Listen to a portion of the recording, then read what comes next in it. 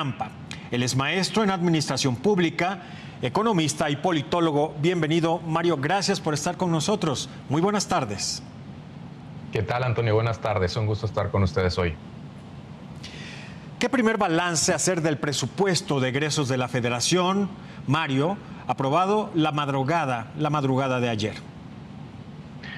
Bueno, hay que resaltar que hubieron reasignaciones por un monto equivalente a 44.421 millones de pesos. Es un monto, pues, digamos, minúsculo si se compara con el gasto general.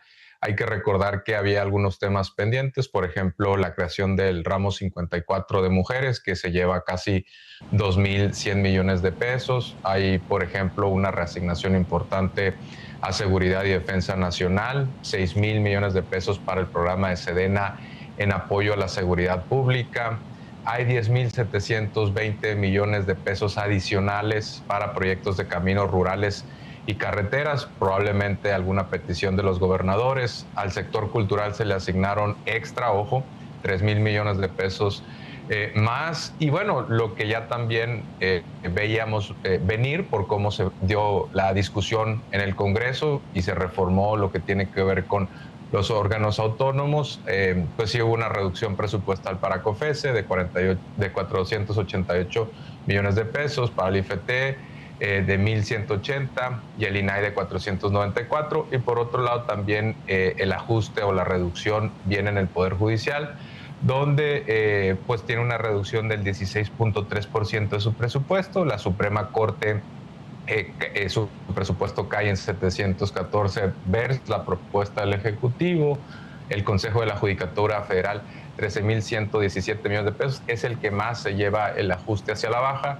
Y finalmente el Tribunal Electoral del Poder Judicial, 211 millones de pesos menos que la propuesta del Ejecutivo. Mario, pese a la acusación de la oposición de que hubo recortes en rubros tan importantes como la seguridad pública del orden del 42%, el oficialismo defiende que no hay recortes sino reasignaciones en el presupuesto. ¿Qué decir de todo esto?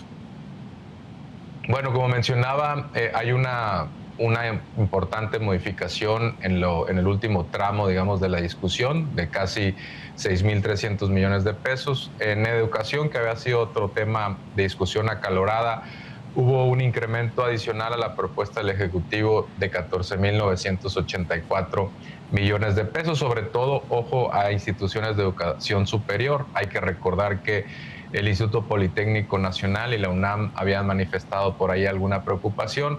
Sobre todo para estas dos instituciones hay un ajuste al alza en términos de la propuesta original del Ejecutivo.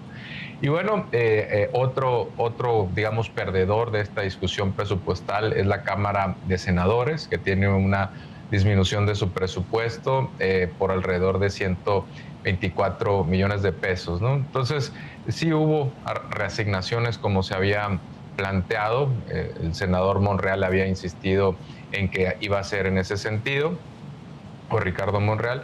Y bueno, en este sentido, pues yo creo que va en línea con lo que se había propuesto originalmente. Tampoco es que haya grandes sobresaltos versus la propuesta que envió Claudia Sheinbaum al Congreso. Sabíamos que es un presupuesto austero después de un año 2024 de cierres de obra pública. Es un gasto temporal en infraestructura. El 2025 se antojaba que iba a haber algún tipo de reducción. Sobre todo ya que se concluyeron varias de estas obras, pues ya no hay presupuesto que se tenga que asignar. Y por cierto, mencionabas que se ratificó la calificación por parte de Standard & Poor's. Hay que recordar que estaban vigilantes las calificadoras de cómo viniera el presupuesto y sí hay un superávit primario, es decir, el gobierno va a ingresar más de lo que gasta antes de lo que tiene que ver con el servicio de la deuda, buscando en un primer año del sexenio tener cierta prudencia fiscal, ¿no?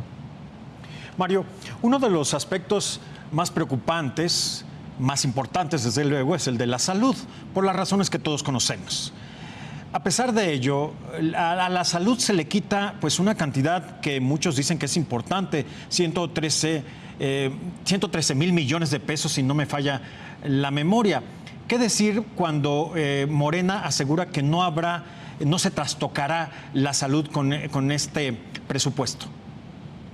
Bueno, ahí lo que habría que recordar es que generalmente los recursos eran manejados en términos de la salud por parte de la Secretaría Federal de la materia, y que muchas después transferencias en la forma de asignaciones, es decir, recurso etiquetado, iban a parar a las entidades federativas.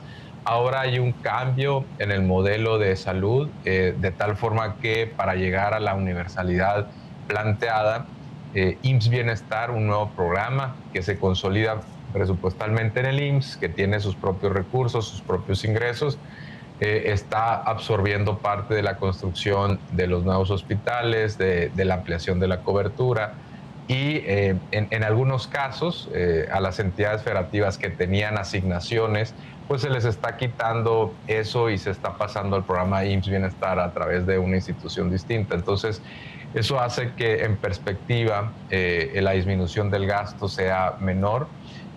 Sí es un presupuesto donde no hay grandes expansiones en términos de la salud.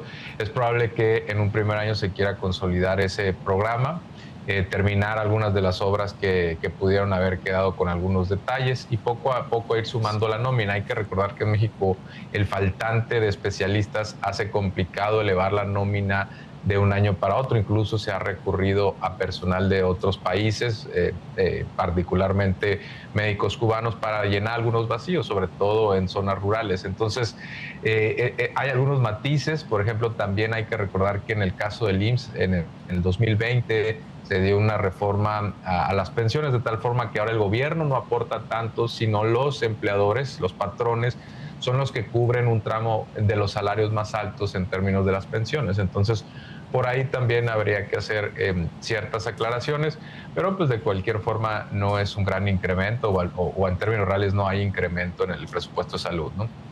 Muy bien, pues gracias Mario Campa, maestro en Administración Pública, economista y politólogo, por esta explicación tan clara, tan precisa y oportuna sobre el presupuesto. Gracias Mario y muy buenas tardes. Gracias a ustedes, que tengan buena tarde.